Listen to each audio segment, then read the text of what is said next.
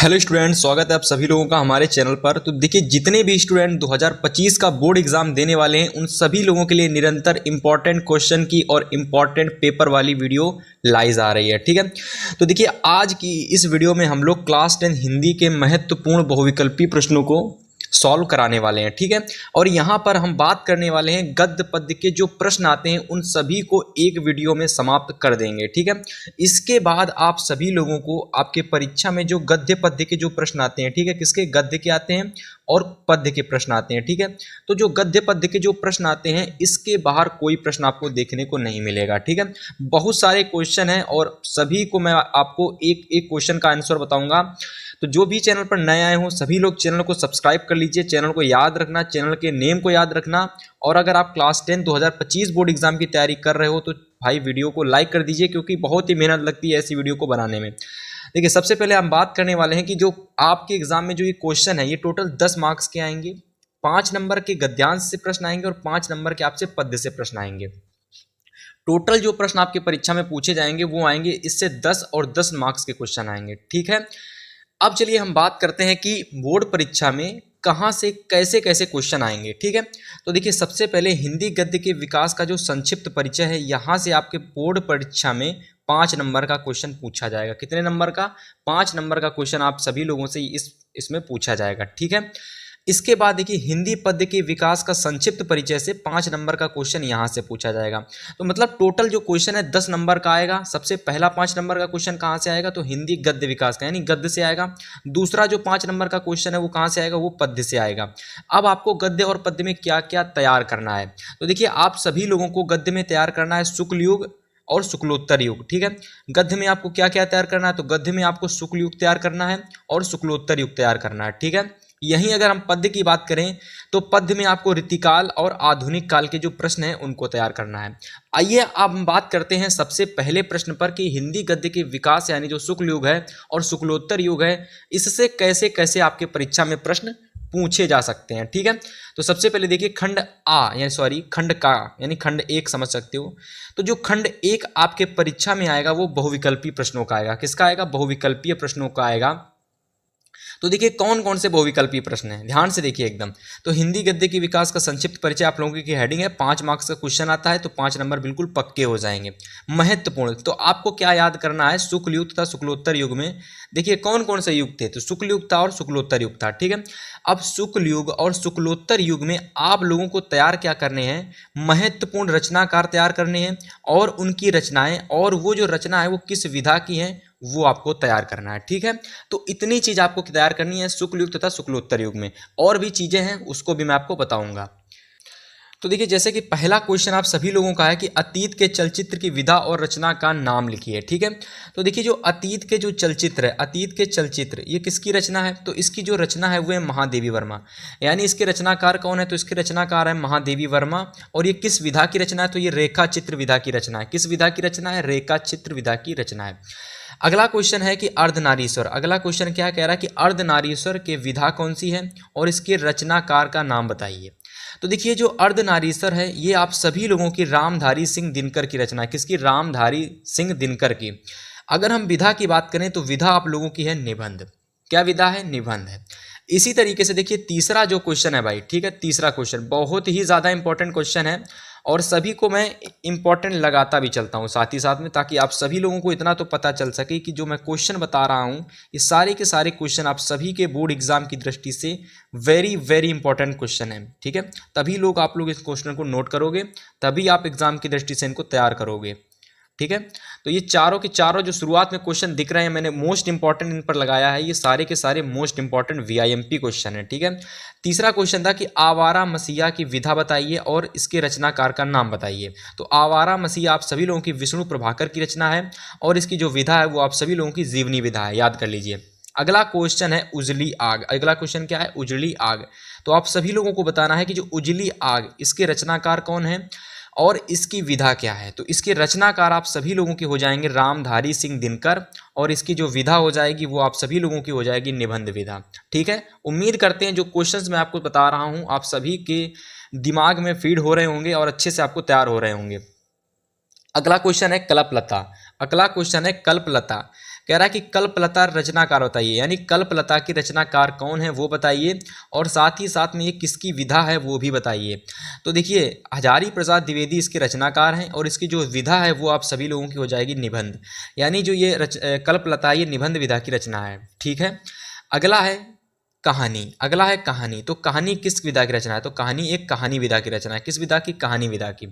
इसके लेखक की अगर मैं बात करूं तो जयशंकर प्रसाद हैं। अब बहुत सारे लोग कहानी को समझने लगेंगे कि ये कहानी मतलब कि विधा होगी। ये विधा नहीं है, इस स्टोरी का नाम ही कहानी है। क्या नाम है? जैसे कि इसका कल्पलता नाम है ना, उसी तरीके से इस कहानी का नाम कहानी है। ठीक है, समझ गए। 7 नंबर क्वेश्चन है कि कलम का सिपाही किसकी रचना है? तो कलम का सिपाही जो रचना है वो किसकी है? अमृत राय की। किसकी? अमृत राय की रचना है। अगर हम इसकी विधा की बात करें तो देखिए इसकी विधा आप सभी लोगों की है जीवनी। क्या है विधा? जीवनी विधा है। ठीक है। 8 नंबर क्वेश्चन है कि कंकाल की विधा बताइए और इसके रचनाकार का नाम बताइए। तो विधा हो जाएगी उपन्यास। ठीक है, और रचनाकार इसके हो जाएंगे जयशंकर प्रसाद। ठीक है, उम्मीद करते हैं सभी लोग इन प्रश्नों का अच्छे से स्क्रीनशॉट लेते चलेंगे, और जो लोग कमेंट करते हैं कि इसका पीडीएफ हमें सेंड कर दीजिएगा, तो पीडीएफ के लिए आपको हमारे टेलीग्राम चैनल को ज्वाइन कर लेना है, और टेलीग्राम चैनल का लिंक आपको डिस्क्रिप्शन में मिल जाएगा। ठीक है, तो जो लिंक है टेलीग्राम चैनल का वो आपको डिस्क्रिप्शन में मिल जाएगा। वहाँ से आपको जितनी भी जो मैं पीडीएफ ये सब चीज़ें कराता हूँ वो सारी चीज़ें आपको लिंक के थ्रू आप मतलब जो हमारा टेलीग्राम चैनल है वहाँ पर आप पहुँच जाएंगे, और वहाँ पर आपको सारी पीडीएफ फ्री ऑफ कॉस्ट सभी इंपॉर्टेंट क्वेश्चन की, सभी पेपर की जो भी पीडीएफ मैं पढ़ाता हूँ उसके बाद मैं सारी चीज़ें अपने टेलीग्राम चैनल पर डाल देता हूँ। तो वहाँ पर आप टेलीग्राम चैनल पर जा करके सारी चीज़ों को फ्री ऑफ कॉस्ट ले सकते हैं। लेकिन इसके लिए आपको चैनल को सब्सक्राइब करके वीडियो को पूरा देखना भाई, तभी आप वीडियो को पूरा देखोगे, तभी जा करके आपको टेलीग्राम चैनल पर आप जा पाएंगे। ठीक है, 8 नंबर क्वेश्चन तक हमारे प्रश्न कंप्लीट हो चुके हैं। हम बात करते हैं आगे के क्वेश्चन। 9 नंबर क्वेश्चन हम लोगों का है, देखिए बहुत ही ज़्यादा इंपॉर्टेंट क्वेश्चन है। इस क्वेश्चन पर आप वेरी इंपॉर्टेंट लगा लीजिए। ठीक है, वेरी इंपॉर्टेंट, सारे के सारे मैंने वेरी इंपॉर्टेंट क्वेश्चन ही लिए हैं। ठीक है, कोई ऐसा क्वेश्चन नहीं लिया जो आज तक कभी पूछा ना गया हो। क्वेश्चन है कि गुनाहों का देवता, क्वेश्चन है कि गुनाहों का देवता की विधा बताइए और इसके रचनाकार का नाम बताइए। तो इसकी जो विधा हो जाएगी वो उपन्यास हो जाएगी, इसके जो रचनाकार हो जाएंगे वो धर्मवीर भारती हो जाएंगे। कौन हो जाएंगे? धर्मवीर भारती। अगला फिर प्रश्न कह रहा है कि बर्फ की जो गुड़िया है, बर्फ की गुड़िया, इसकी विधा बताइए और इसकी रचनाकार बताइए। तो विधा हो जाएगी बाल साहित्य, और इसके रचनाकार हो जाएंगे डॉक्टर राजेंद्र प्रसाद। ठीक है, याद कर लोगे। अगला क्वेश्चन है पंचपात्र, और पंचपात्र की विधा बतानी है, रचनाकार बतानी है। तो विधा हो जाएगी निबंध, और रचनाकार हो जाएंगे पद्मलाल पुन्नालाल बख्शी। सभी लोग याद कर लेंगे, बहुत ही आसान तरीके से सभी को याद हो जाएगा। अगर आपने इस वीडियो को 2 से 3 बार देख लिया तो कहीं ना कहीं आप सभी लोगों को ये वैसे आप अपने आप से ही तैयार हो जाएगा। ठीक है, 12 नंबर क्वेश्चन कह रहा है कि नीड़ का निर्माण फिर, यानी जो रचना है नीड़ का निर्माण फिर, इतनी रचना, केवल इतनी रचना। तो नीड़ का निर्माण फिर जो ये रचना है इसकी विधा बतानी है और इसके रचनाकार का नाम बताना है आपको। तो विधा आप सभी लोगों की हो जाएगी आत्मकथा, और रचनाकार इसके हो जाएंगे हरिवंश राय बच्चन। कौन हो जाएंगे? हरिवंश राय बच्चन हो जाएंगे। उम्मीद है सभी लोगों को ये सारी चीज़ें अच्छे से दिमाग में क्लियर हो रही होंगी। 13 नंबर क्वेश्चन देखिए कि ठूठा आम की विधा बताइए और इसके रचनाकार बताइए। इसकी विधा हो जाएगी स्टूडेंट निबंध, और इसके रचनाकार हो जाएंगे भगवत शरण उपाध्याय। अब जिन लोगों को चैनल पर नए आए हैं, जो भी लोग चैनल पर नए आए हैं, उन सभी को बता दें कि इस चैनल पर आप सभी लोगों को पेपर भी कराए जाते हैं। तो पेपर की वीडियो भी अगर आपको देखनी है तो उसके लिए भी चैनल को आप सब्सक्राइब कर सकते हो। ठीक है, 14 नंबर क्वेश्चन देखिए रस मीमांसा, कि रस मीमांसा की विधा बतानी है और इसकी रचना बतानी है। तो विधा आप सभी लोगों की आलोचना हो जाएगी, रचनाकार इसके आचार्य रामचंद्र शुक्ल हो जाएंगे। समझ में आ गया। 15 नंबर क्वेश्चन है कि लहरों के राजहंस, इसकी विधा बताइए और इसके रचनाकार बताइए। तो विधा इसकी नाटक हो जाएगी और रचनाकार इसके मोहन राकेश हो जाएंगे। समझ में आ गया। अगला क्वेश्चन है संस्कृति के 4 उपाध्याय, संस्कृति के 4 अध्याय, उपाध्याय नहीं अध्याय होगा। तो संस्कृति के 4 अध्याय की विधा क्या है और रचनाकार कौन है? तो विधा आप सभी लोगों की निबंध है और इसके रचनाकार रामधारी सिंह दिनकर जी हैं। ठीक है, अब देखिए इतने क्वेश्चन आप सभी लोगों को याद हो गए होंगे, तो इन सभी क्वेश्चन का आप चाहो तो स्क्रीनशॉट ले सकते हो, वरना आप सभी लोग आसानी से डिस्क्रिप्शन में जा करके टेलीग्राम चैनल को ज्वाइन कर सकते हो।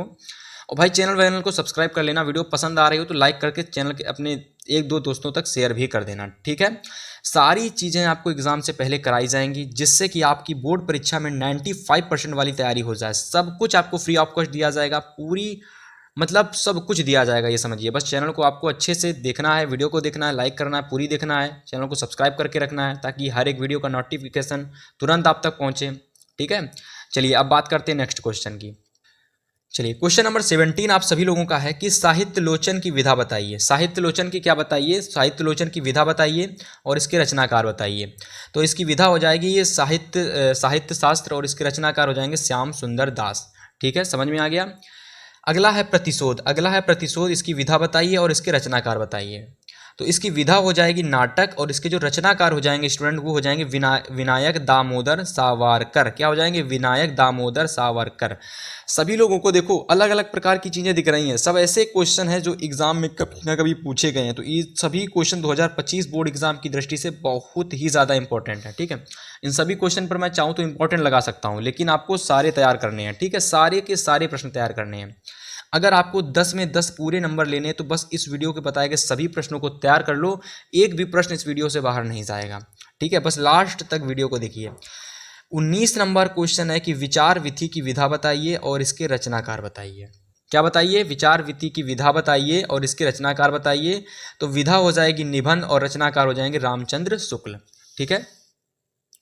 हिमालय की पुकार। हिमालय की पुकार आलोचना विधा की रचना है और रचनाकार इसके हैं जयप्रकाश भारती। कौन है? जयप्रकाश भारती।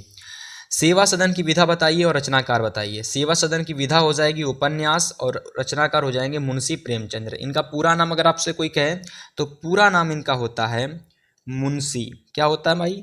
मुंशी प्रेमचंद्र, ठीक है, मुंशी प्रेमचंद्र। समझ में आ गया? चलिए 22 नंबर क्वेश्चन देखिए, कह रहा है कि साहित्य और कला की विधा बताइए और इसके रचनाकार बताइए। तो इसकी जो विधा आप सभी लोगों को याद कर लेनी है। विधा इसकी हो जाएगी निबंध और रचनाकार इसके हो जाएंगे भगवत शरण उपाध्याय। क्या हो जाएंगे? भगवत शरण उपाध्याय। फिर अगला क्वेश्चन है परीक्षा गुरु और इसकी विधा बताइए और इसके रचनाकार बताइए। तो इसकी विधा हो जाएगी उपन्यास और इसके रचनाकार हो जाएंगे लाला श्री निवास दास। ऐसे ही अगला क्वेश्चन आप लोगों का है कि तितली की विधा बताइए और इसके रचनाकार बताइए। तो तितली की विधा हो जाएगी उपन्यास और रचनाकार इसके हो जाएंगे जयशंकर प्रसाद।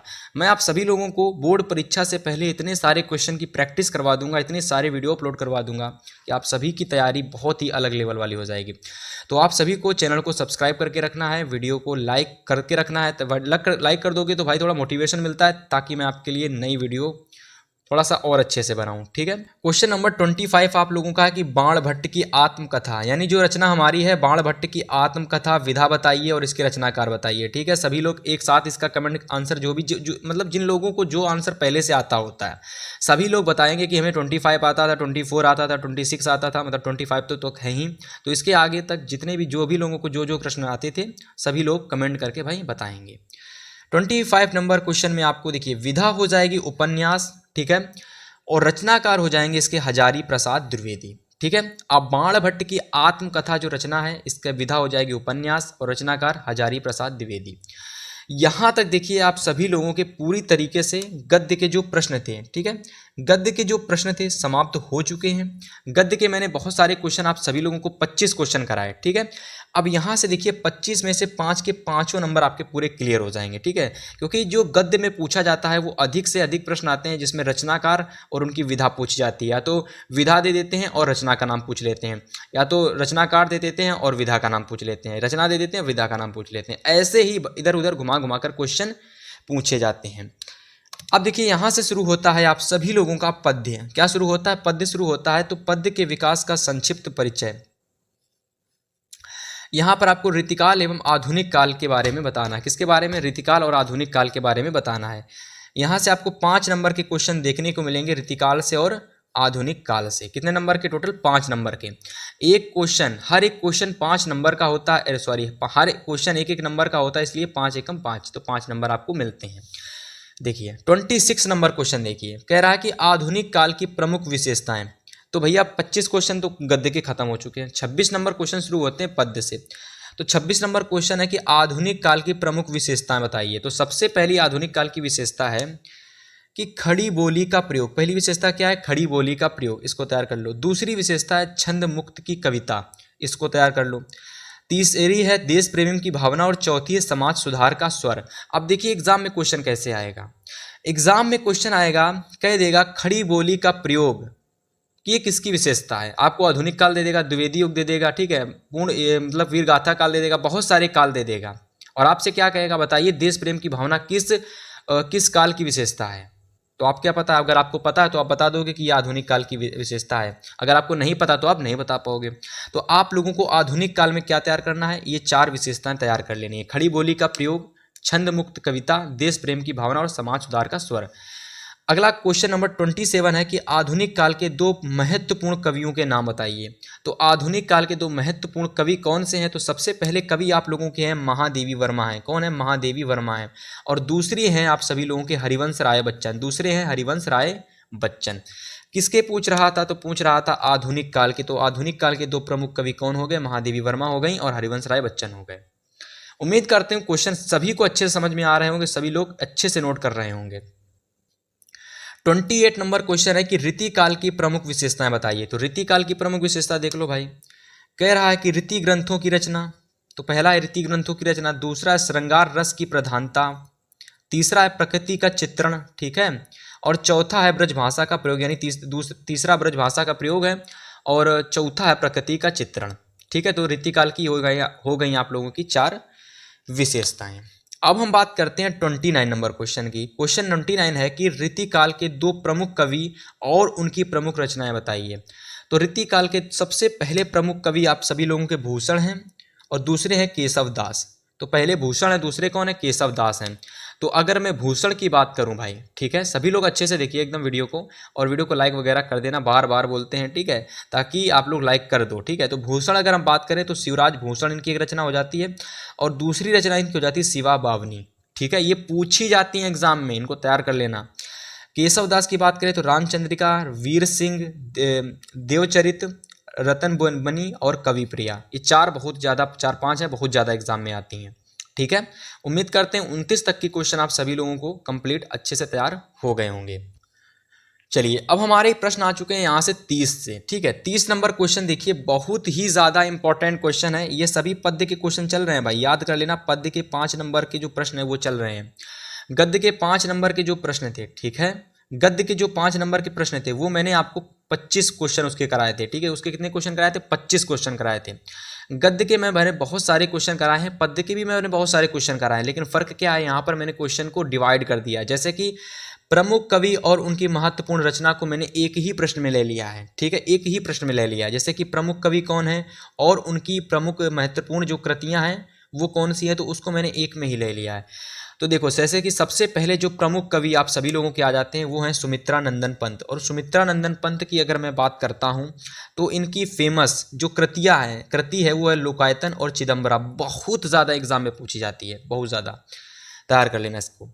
फिर है नेक्स्ट महादेवी वर्मा, नेक्स्ट हमारी है महादेवी वर्मा और इनकी इंपॉर्टेंट रचना है नीरजा है, ठीक है, अग्नि रेखा है और दीप शिखा है।